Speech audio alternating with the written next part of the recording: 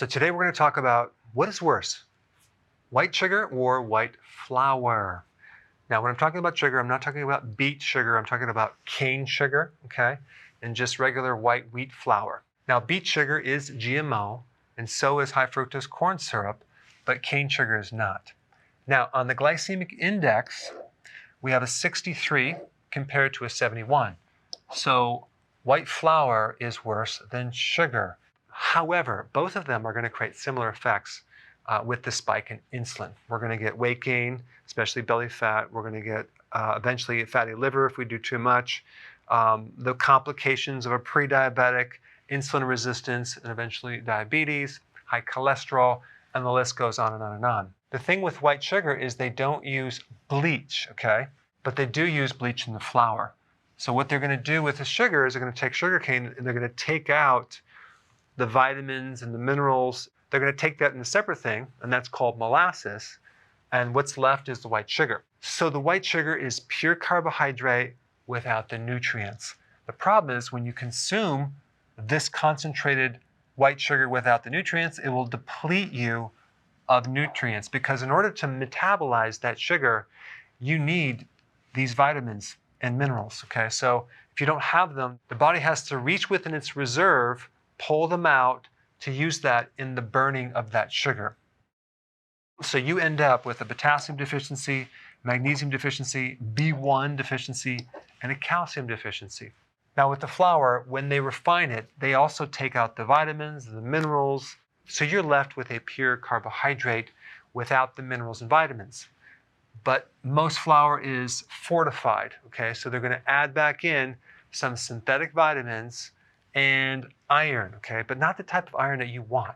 Those so-called nutrients that they put in create a problem, especially if you have a problem with iron, which a lot of people do. It's very difficult to get rid of iron. Our bodies tend to accumulate it, but we have a hard time getting rid of it.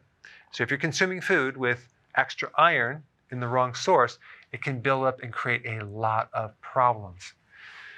Now, with the flour, they use dough conditioners to make the dough really easy to turn into bread and pastries and things like that. Then they use a bleaching agent called benzoyl peroxide, okay, which, by the way, will combine with certain proteins in the wheat, like gluten, and make this thing called alloxin. Now, alloxin is what they use in experiments with rats.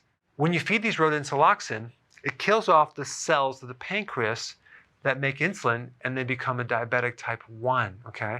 Now, I'm not saying this creates the same effect in humans, only in mice and probably hamsters. Now, if you have a pet hamster or a gerbil, make sure you do not feed them this flour with benzoyl peroxide, okay? Because we don't want to give them alloxin and make them a diabetic type 1, because then you're going to have to do the insulin thing. It's going to be a problem. All right, so here's the big negative about flour, okay? Potassium bromate.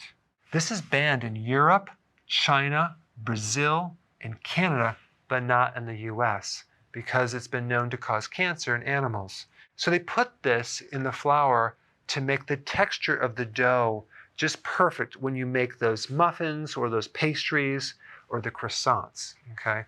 But it comes with a package. And let's not forget the gluten, okay? So many people have a problem with gluten. It can actually trigger an autoimmune disease and create a lot of inflammation in your gut. So as you can see, if we compare these two, there's a lot more problems with this than that. Thanks for watching.